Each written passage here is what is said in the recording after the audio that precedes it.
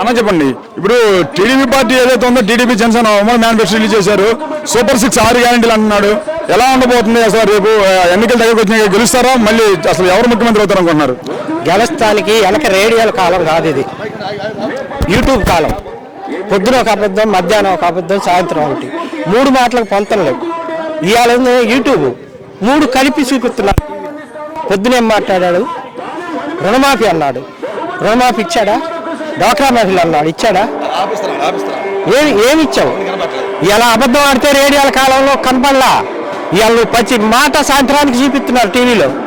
ఎల్లకాలం నువ్వు అబద్ధాలు ఆడి ఎందాక ఇది చేస్తావు, ఏమవుతావు? కానీ ఈసారి నమ్మండి, అసలు ముఖ్యంగా చూస్తే ఇప్పుడు మీరు పిల్లల్ని అసలు మీ ఇంట్లో ఎంతమంది అంటే అంతమంది కోడిసులు చేస్తాను అంటున్నాడు. అమ్మకు వందనం ఇస్తాను ఎంతమంది అన్నా అంటున్నాను చెబుతున్నారు కదా. అసలు ముఖ్యంగా మహిళలు ఫ్రీ బస్ అంటున్నాడు. శ్రీలంక అయిపోయిద్ది అన్నాడు కదా అమ్మఒడి ఇస్తే. నువ్వు ఇప్పుడు ఇస్తే అమెరికా ఇద్దా?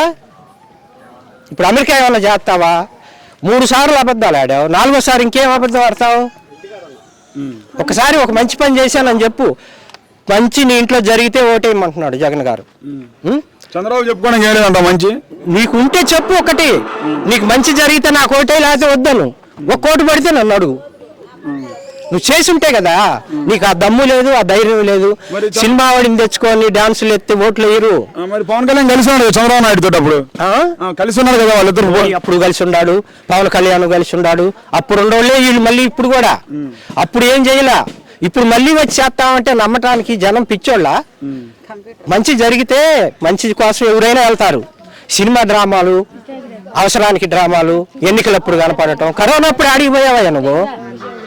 ఇంట్లో తెచ్చి కూరగాయలు కూడా ఇచ్చారు, ఇంజక్షన్లు చేశారు, ప్రతి మనిషిని వచ్చి పరామర్శించారు. నువ్వు ఆడిపోయావు అప్పుడు. ఇప్పుడు అవసరానికి ఓట్లప్పుడు కనపడి పొల్లగా కళ్ళబొల్లి మాటలు చెబితే ఇది జనం నమ్మేది కాదు, వినేది కాదు, అయ్యేది కాదు. నువ్వు చేసిన మంచి అని చెప్పుకోవటానికి నీ ఏ అర్హత లేదు.